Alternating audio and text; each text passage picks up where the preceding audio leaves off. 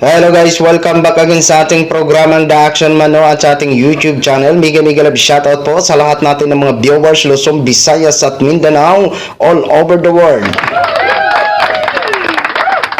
So, ito po mga ka-action, mga kakamping, no, may gusto lang po ako na i-share sa inyo.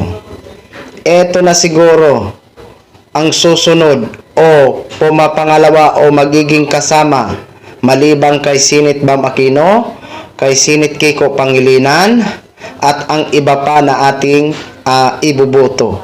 Kumbaga, ito siguro ang magiging kasingtapang ni Senadora Risa Hontiveros na harapin na walang sinasanto kahit sino.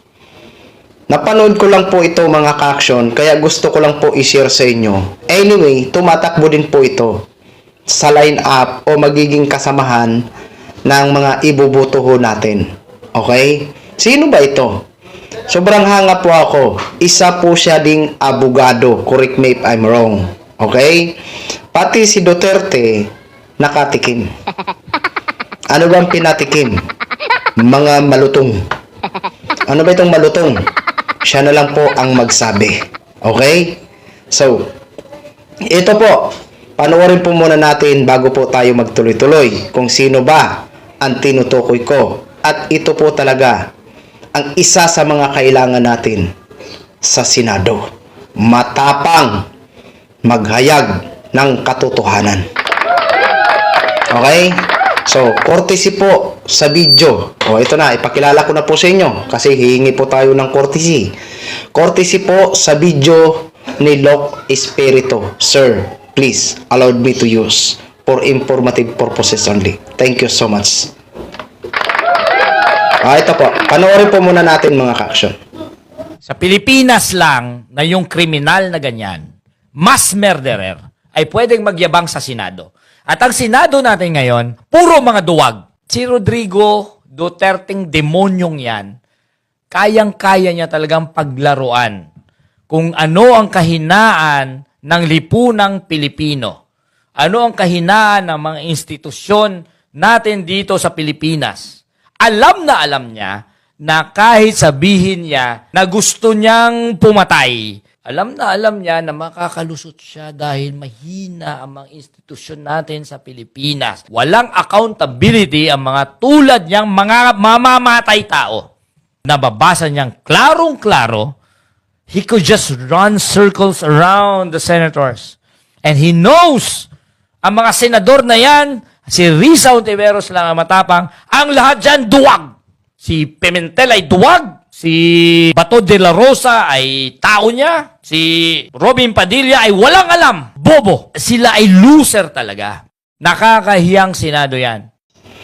So yun na ho mga ka-action, mga kakamping, no, napakinggan na po natin. O di ba sabi ko sa inyo, sa tapang lang wala na ho akong masabi. At yan ang kailangan natin sa Senado.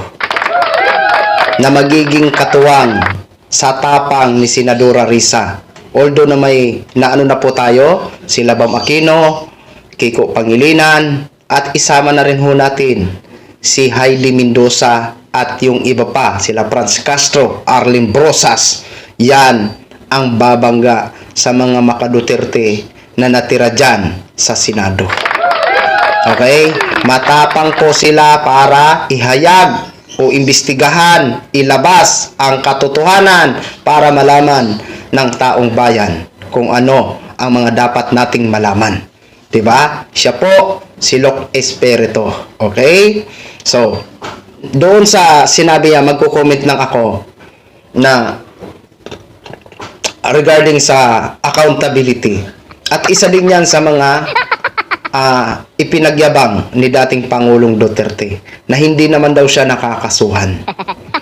Pero sa panahon ngayon at kanina nga ho sa live natin, nabanggit ho natin na hindi makikialam si Mr. President Bongbong Marcos sa investigasyon ng DOJ kasi nga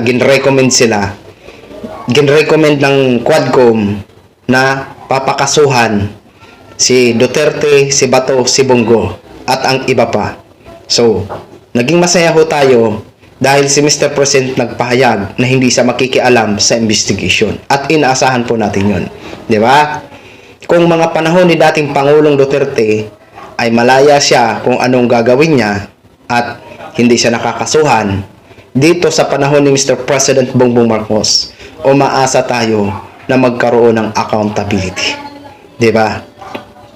Ngayon, kung gusto po natin mga ka-aksyon, kasi alam naman po natin na may mga matitik kung hindi halimbawa manalo si Bongo at si Bato, Philip Salvador at yung iba pa sa PDP laban ngayong midterm election. Alam naman po natin ng ilang senador dyan na natitira is mga kaibigan pa rin yan ng mga Duterte. Diba? Kaya kung gusto natin na may pananggaho dyan sa Senado, bakit hindi natin ipanalo ang ating mga manok? Kagaya nila Kiko Pangilinan, qualified. Bam Aquino, qualified. Heidi Mendoza, qualified. Franz Castro, qualified. Arlene Brosas, qualified. At itong picture natin ngayon sa ating programa, si Attorney Locke Espiritu. Oh. Correct me if I'm wrong ha. Kasi pagkakaalam ko po, abogado po ito. 'Di ba? Ito din po ang isa natin na talagang kailangan manalo po talaga ito para maging kasama ni Senadora Risa na matapang na walang sinisino. Dahil yan po ang panangga natin dyan sa mga natitirang makaduterte pa. Di ba? So, maraming salamat, Sir Locke Espiritu. Thank you. Asahan niyo po ang suporta ko. At sa iba pa nating mga kandidato. Okay? So, maraming salamat po sa ating mga viewers, Luzon, Visayas at Mindanao all over the world. Ako po ang inyong lingkod, si The Action Man. Good evening, everyone.